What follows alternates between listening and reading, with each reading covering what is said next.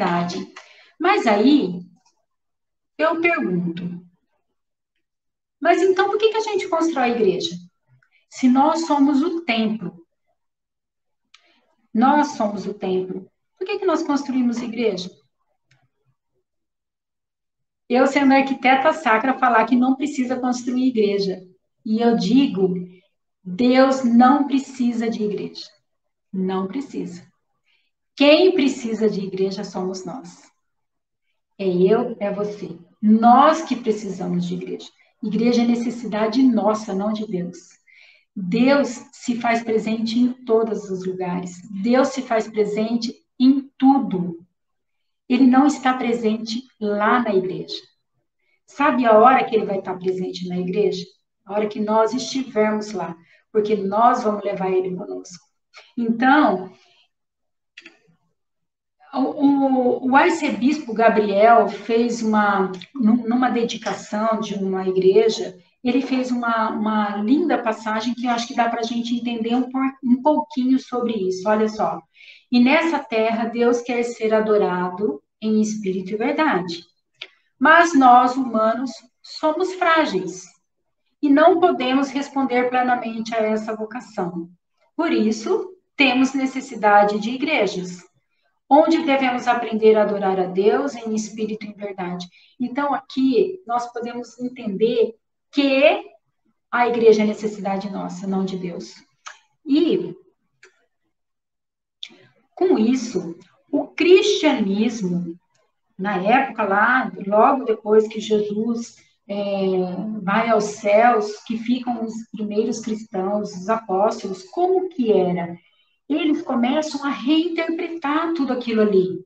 Os sacrifícios, as sinagogas, eles continuam indo lá, porque demora-se um pouco para entender todo o processo, porque eles estavam vivendo tudo aquilo.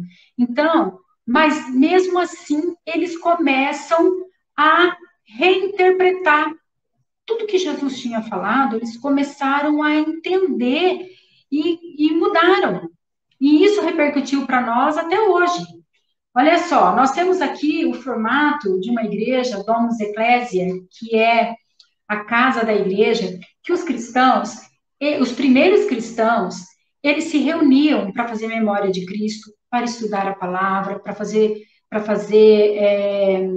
a ceia do Senhor, que Cristo pediu para que se fizesse em memória dele. Então, eles pegavam uma casa, eles dispunham de uma casa, e lá nessa casa, olha só, tinha a entrada, né? Uma entrada tinha um grande pátio, que seria o átrio. Depois, na lateral, tinha o lugar do batismo, porque as pessoas, eles se batizavam para se tornar cristãos, né? Formar o corpo de Cristo. Então, eles se batizavam antes deles participarem das atividades ali com os primeiros apóstolos, com os apóstolos. Eles passavam pelo ritual do batismo, que é a iniciação cristã. Então, era batizado. Depois, nós tínhamos uma outra sala que era onde se fazia o estudo da palavra. Sabe o que a gente fazia lá na sinagoga? Agora fazia aqui. Nesse espaço aqui, se fazia o estudo da palavra, se meditava sobre todas as palavras que Jesus falou, porque nesse período ali tinha também toda a história de vida de Jesus, né? Então, ali, eles meditavam tudo que Jesus tinha ensinado, e depois que terminava o estudo da palavra, eles passavam para um outro ambiente que era para fazer a memória da ceia de Cristo. Ali eles faziam a comunhão do corpo e sangue, que seria o pão e vinho, como Cristo pediu. Uma coisa interessante que a gente precisa entender muito bem é que a comunhão, o memorial, quando nós participamos de uma celebração, nós não estamos participando de uma ceia. Nós estamos participando da mesma ceia de Cristo. Cristo, quando pede, tomai e comei todos vós, em memória de mim, naquele momento, ele está falando para toda a humanidade, porque para Deus não existe o tempo que nós temos, que é o cronológico. Para Deus é o kairos, é um tempo infinito, não existe passado, não existe presente, não existe futuro. Então, aquela ceia que foi feita lá para Jesus, lá em Jesus, que ele pede para arrumar aquela sala na Quinta-feira Santa, que foi a última ceia, nós participamos dessa mesma ceia hoje, na nossa Eucaristia. É a mesma ceia, não é outra ceia. Por isso que o sacerdote, quando está ali celebrando a Eucaristia, na pessoa de Cristo, ele está atualizando aquele mesmo momento para nós hoje. Nós precisamos entender isso. Ali não é uma interpretação, ali não é uma imitação da última ceia. Às vezes as pessoas confundem um pouco, dá a impressão de que está sendo feita os mesmos rituais, mas que é uma ceia diferente, e não é. Cristo disse, tomai e comei todos vós. Então, nós estamos inseridos nesse todos vós. E todas as vezes que nós participamos da celebração eucarística, é a mesma, só existe uma celebração eucarística, uma, que foi a que Cristo fez. Agora, ela é só atualizada para que todos nós possamos ter acesso a ela. Estão entendendo? Vamos lá. Vamos falar sobre o que vocês estão entendendo. Comente alguma coisa. Os padres que estão aí, se quiserem fazer algum comentário. Então, isso é muito importante vocês entenderem esse espaço da Domus Ecclesia, porque é o que vai fazer a diferença para nós. Domus Ecclesia é a casa da igreja. Pela palavra casa da igreja, e nós sabemos que a igreja hoje aqui, é a casa da igreja também. A gente fala igreja para o edifício, mas na verdade igreja somos nós. E o edifício é a casa da igreja que somos nós.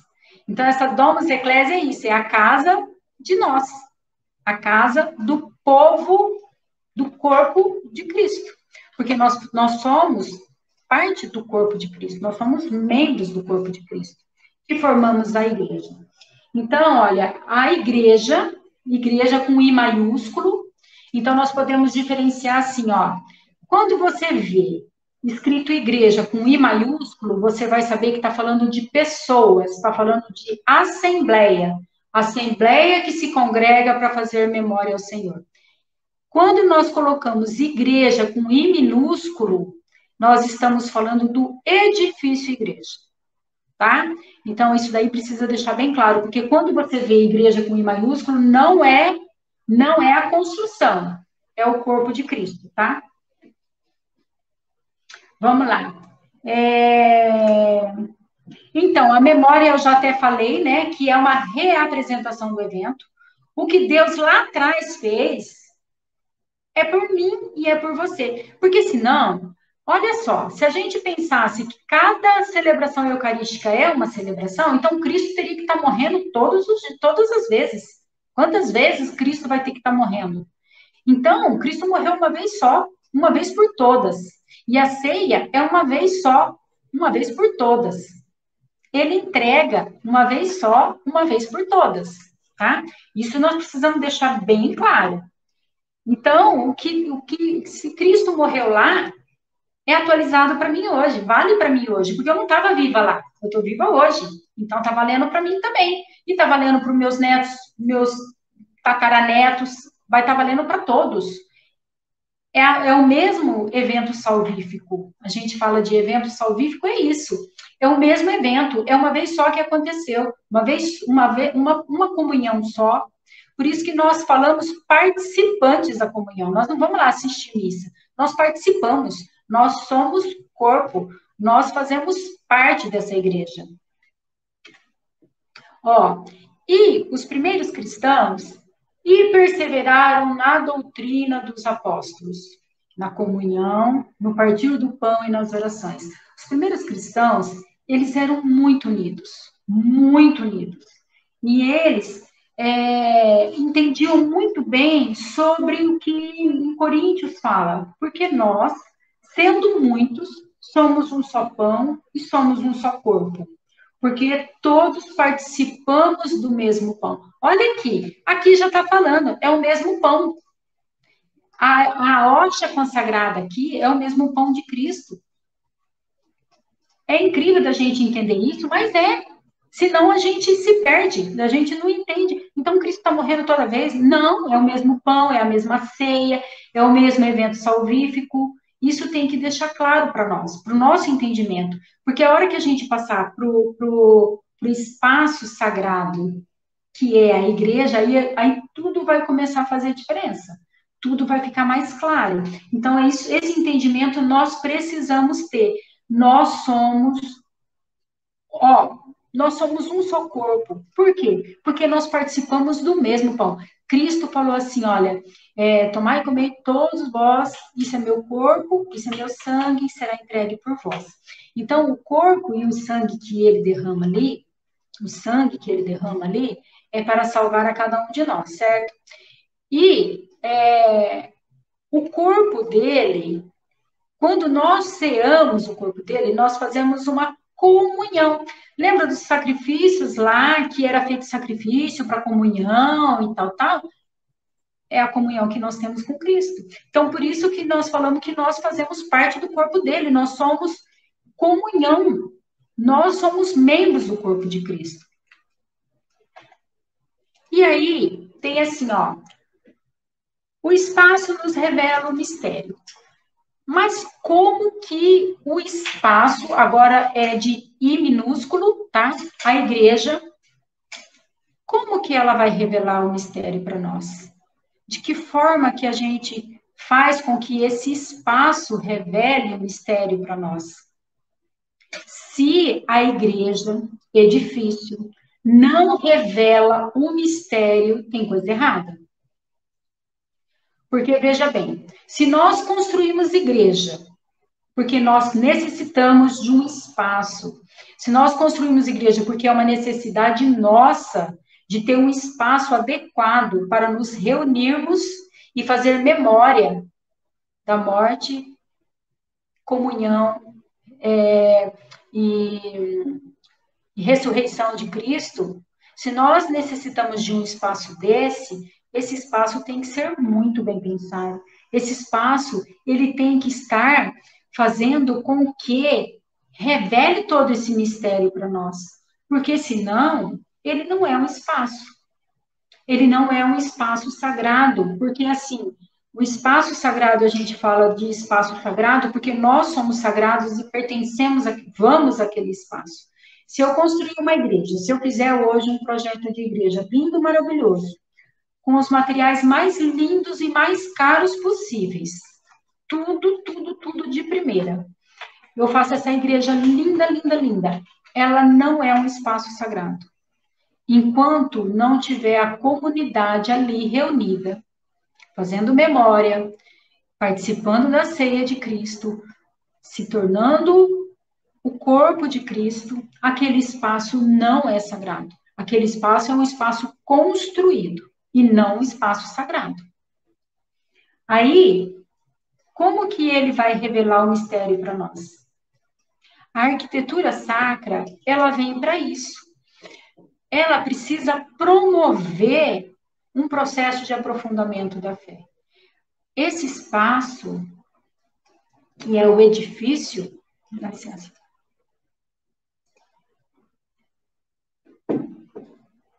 Esse espaço, gente, pode ir fazendo as perguntas, pode ir colocando tudo ali, eu não estou lendo agora, para eu não me perder do conteúdo, tá?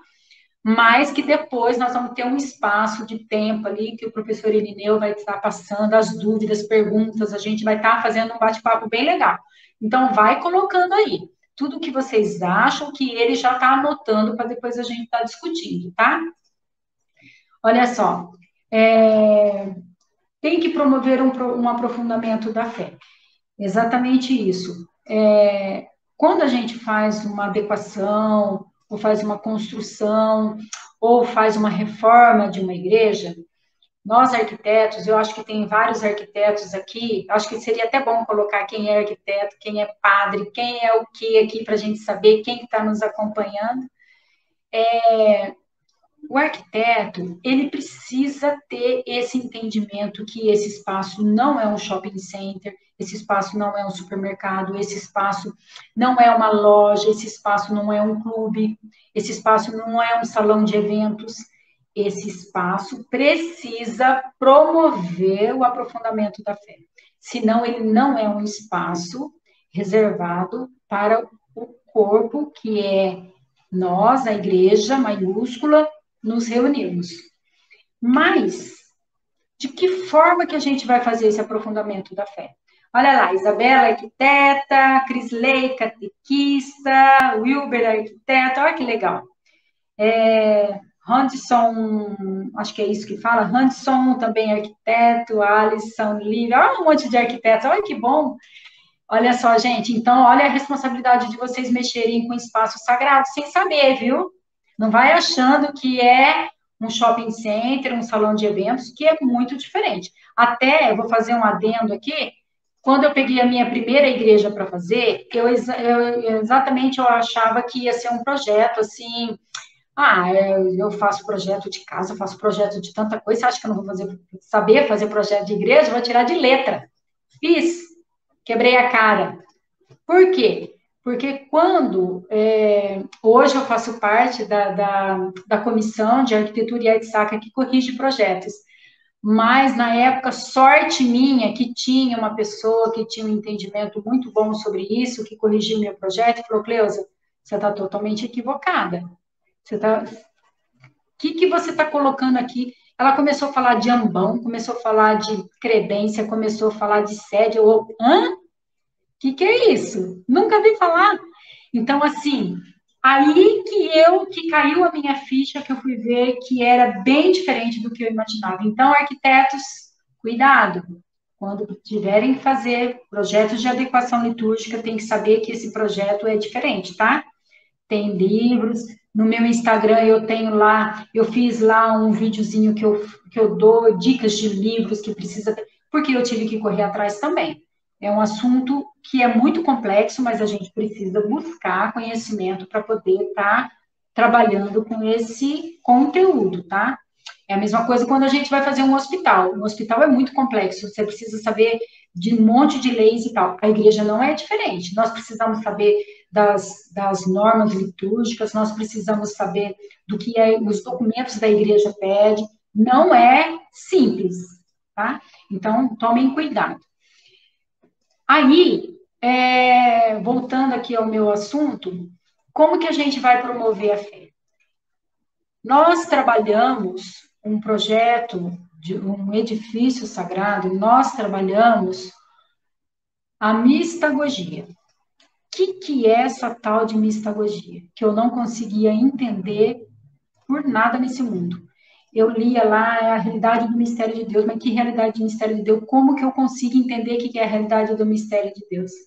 Depois de muito pesquisar, de muito pensar o que poderia ser, na pós eu aprendi, né, o que era o tal da mistagogia, mas eu vou falar, eu acho que tem pessoas aqui que já participou de uma formação minha e eu vou falar o mesmo exemplo, vocês me desculpem, mas como as pessoas falaram assim, nossa, agora ficou fácil de eu entender o que é mistagogia. Então eu vou fazer o mesmo exemplo, porque tem pessoas que estão pela primeira vez aqui e que não sabem o que é mistagogia.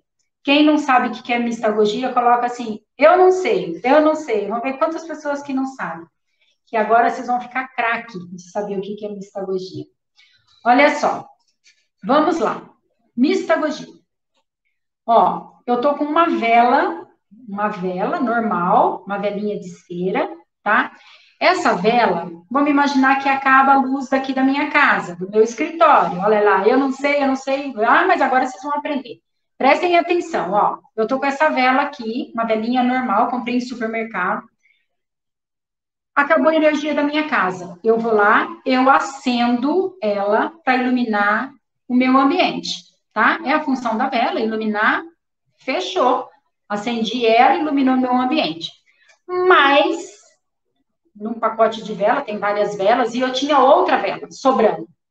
E eu estava passando por um problema muito sério. E eu falei, eu acho que eu vou colocar uma vela para o anjo da guarda, para ele me iluminar. Aí, olha aqui, uma outra vela igualzinha a essa.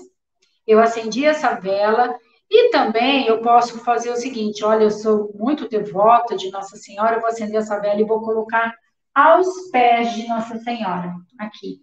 Vou colocar aos pés de Nossa Senhora para ela iluminar, para ela me orientar, para ela abrir minha cabeça em algum aspecto que eu preciso. Então, eu vou colocar essa vela em favor, em intenção a Nossa Senhora. Veja bem, é a mesma vela. Essa vela foi para iluminar meu ambiente. Essa vela foi para iluminar a minha mente, para que Nossa Senhora intercedesse por mim. Então, o que que faz? Eu pego o mesmo material físico, e transformo ele no material espiritual, no entendimento espiritual. Eu rompo o campo físico. Esse é o campo físico, que é a função da vela. E vou para o campo espiritual. Eu faço uma abertura para o campo espiritual. Eu acendo essa vela e coloco aos pés de Nossa Senhora. Eu não vejo o que Nossa Senhora está fazendo com a minha vela. Eu só acredito que alguma coisa está acontecendo. Então, a partir do momento que eu faço esse movimento de acender uma vela e colocar aos pés de Nossa Senhora, eu estou rompendo o campo físico, entrando para o campo espiritual. E com isso, é a mistagogia. É eu romper o campo físico e adentrar ao campo espiritual. Aí eu adentro nos mistérios de Deus. Então, um outro exemplo, ó. Eu tenho aqui um copo de água que eu trouxe para eu tomar. Eu tomo normal, tem gosto de água. Só que, se eu pegar esse copo de água, tem alguns padres que estão aí. Se eu pedir para o padre, faz uma bênção para mim nessa água, eu estou precisando tanto, eu estou angustiada, eu estou triste. Ou então, muitas vezes, coloca-se um copo de água perto de um rádio, perto de uma televisão, porque o padre depois vai fazer uma bênção da água. Aí ele faz a bênção da água, eu vou tomar essa água e essa água já não vai ser para matar a minha sede física. Ela vai adentrar no campo espiritual, ela vai entrar naquele campo que eu preciso, que eu necessito, que eu peço intercessão. Então, com isso, com esse movimento, eu também rompo o campo físico e entro para o campo espiritual. E na igreja, tudo é mistagógico. Tudo. Os sacramentos. Olha só, nos sacramentos a gente pega a água, uma água normal, e no batismo, depois que faz todo aquele ritual com o Círio Pascal, essa água, a água do batismo, já não é a água de tomar um banho normal. Ela vai banhar o nosso corpo, ela vai fazer com que a gente adentre para o campo espiritual, para os mistérios de Deus. Ela vai nos purificar na parte espiritual, mas não é já mais na parte física. E tudo é assim. Tudo dentro de uma igreja é mistagógico. Por quê? Porque nós não vemos. Nós vamos pegar um elemento físico e desse elemento físico nós vamos transformar em elemento espiritual. Assim acontece com o pão e com o vinho. Ele é pão e é vinho e vai se transformar corpo e sangue. Eu como, mas eu tenho gosto de pão e tenho gosto de vinho. Mas então, mesmo tendo o gosto de pão, mesmo tendo o gosto de vinho, eu sei que já não é mais pão e vinho, e sim corpo e sangue. Então, tudo é mistagógico. E nós precisamos entender. Se você entende, é uma forma muito simplória que eu estou dizendo para que vocês possam entender. A partir do momento que vocês pegar a essência disso daí, aí fica muito fácil de entendimento, porque é assim que funciona. Os mistérios de Deus, que através do edifício, através das coisas que nós formos colocar, através do simbolismo que for utilizado para aquele ambiente, a pessoa adentra aos mistérios de Deus, adentra no campo espiritual. Conseguiram entender? Coloca aí para mim, se entenderam. Daí, olha só, com isso, a mistagogia, que agora eu acho que vocês entenderam o que é mistagogia, espero que tenha entendido. É claro que mistagogia é muito mais profundo. Mas, se vocês entenderem, essa essência que eu disse, vai ficar muito fácil o entendimento para depois vocês adentrarem no assunto. Olha lá, em todo o pessoal, claro como a água. Legal. Olha só, gente. E a mistagogia? Mistagogia não é qualquer coisa, mas qual que é a base da mistagogia? O que eu tenho que trabalhar na mistagogia? Então, eu trabalho a escritura, então eu tenho que ter o conhecimento da escritura, né? Principalmente em alguns aspectos mais importantes, eu preciso trabalhar com a escritura, que é a base da mistagogia, e também os ritos e os sacramentos. Como eu disse, batismo, que utiliza a água, utiliza o sal, olha só, coloca o sal na boquinha do nenê, já não é o sal de cozinha que eu coloco no arroz, é um outro sal, é um sal espiritual, o óleo da unção, e isso vai. A gente pega todos os materiais do dia a dia nosso e transforma eles no campo espiritual. Tudo vai ser assim, tendo como base as escrituras, que é a palavra de Deus, e tendo como base os ritos e os sacramentos. Simbolicamente, gente, já deu o horário, eu acho. Já acho que até passou do horário e eu não falei nem a metade ainda, Cris. Simbolicamente, é uma abertura para o alto, tá? Olha aqui, então todo o espaço se comunica conosco. O espaço celebrativo, né, que é o espaço litúrgico, ele tem que falar conosco. Se ele não fala conosco, eu posso utilizar qualquer espaço, um barracão, qualquer coisa. Ele tem que falar conosco. Então, olha só. Agora eu quero mostrar para vocês, bem rapidamente, ó, o local da Assembleia, que é o verdadeiro templo de Deus, onde 2 ou 3 estiverem reunidos em meu nome, aí eu estou no meio deles. Então, quer dizer que não é o local que vai fazer com que Deus esteja presente, e sim a reunião entre as pessoas. Aqui ficou muito claro, né? E aqui eu tenho a foto de uma igreja que fui eu que fiz a reforma, que é uma igreja que está ali, eu quis mostrar os bancos, a foto de onde as pessoas se reúnem. Olha aqui, o ambão que é, para quem não entende o que é ambão, é lá onde se faz as leituras, onde se proclama o evangelho, lá é ambão, é a nossa sinagoga. Lembra que a gente ia na sinagoga para ouvir a palavra, para poder ter o entendimento e tal? É o nosso ambão da nossa igreja, que o pessoal fala às vezes que é púlpito, às vezes a gente vai corrigir projeto, está escrito púlpito. Não é púlpito, é ambão.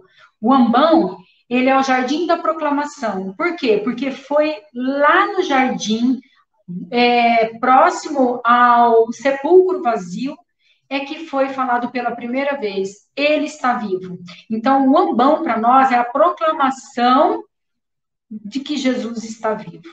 É o anúncio da ressurreição, é o símbolo da vida. Então, aqui tem o ambão, nessa foto, eu coloquei o ambão, que é a nossa sinagoga. O altar, lembra do altar dos sacrifícios? O altar para nós é, além do altar ser Cristo, porque Cristo, ele se oferta também, né? Lembra que eu falei que Cristo se oferta? Então, o altar para nós é Cristo, e ele é o Santo dos Santos. Aquele espaço onde ficava reservado lá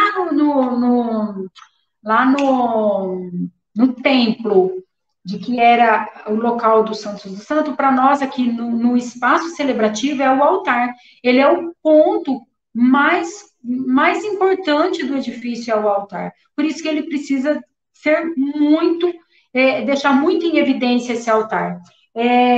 Tudo tem que converger para ele. O espaço celebrativo tem que converger para o altar, porque é a parte mais importante. Ele é a mesa do banquete e ele é a pedra do sacrifício. Foi ali que Jesus se sacrificou.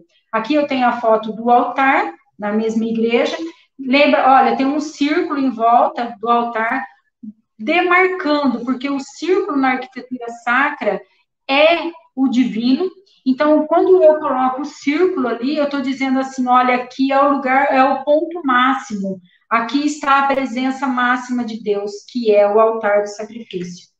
A cadeira, que é a sédia, é o lugar do ensino, serviço, guia, que é onde fica o sacerdote em persona Christi. Então, assim, o corpo reunido, nós reunidos formamos o corpo, e o sacerdote é o cabeça de Cristo, tá? E é a partir dali que vai ter os ensinamentos para nós. O batistério, eu já falei que é a iniciação da vida cristã. Eu não tenho foto dela aqui, dessa igreja, mas nós já falamos lá do Domus Ecclesiae que a pia batismal é o início de tudo, tanto é que não se participava dos outros ritos sem passar pelo batismo, tá? Então é muito importante a pia batismal nunca estar lá no presbitério, porque no presbitério é só o altar, o ambão e a sédia, que são os 3 elementos litúrgicos. A pia batismal é a iniciação, então ela tem que estar fora, ela tem que estar lá na assembleia. De preferência, mais próximo da porta. Capela do Santíssimo. Capela do Santíssimo é um outro local muito importante que a gente deve dar dignidade e realeza, porque é ali que vai ficar o corpo de Cristo. Só que nós precisamos entender que o corpo de Cristo nada mais é, e tudo é, a Assembleia reunida em nome de Cristo, tá? Então, o corpo de Cristo, ele só é corpo de Cristo porque um dia aquela hóstia que está ali dentro do sacrário, ela participou do evento salvífico que foi a reunião de pessoas fazendo a comunhão todos juntos, né? E ali saiu a hóstia sagrada. Então, a hóstia sagrada, ela só é sagrada porque nós nos reunimos, nós, templo sagrado, nos reunimos para a ceia do Senhor. E através da nossa reunião é que originou-se a hóstia sagrada, tá? Aqui tem uma visão aqui da Capela do Santíssimo, que é muito importante ter um local onde as pessoas possam rezar, que possam fazer os seus momentos de adoração a Cristo. E aqui, a essência da liturgia. Quando a comunidade esquece de atos de misericórdia, não adianta o serviço do templo. Isso é muito importante, porque se nós reunidos é que formamos o corpo de Cristo, se nós não estamos reunidos, nós estamos com o corpo dilacerado. Se nós não tivermos a consciência de que nós fazemos parte do mesmo pão e do mesmo corpo, nós não vamos ter ato de misericórdia um com o outro. Julgamentos, egoísmo e tudo mais. Então, a porta de entrada para a vida eterna é o amor para com o próximo. Isso está em 1 João.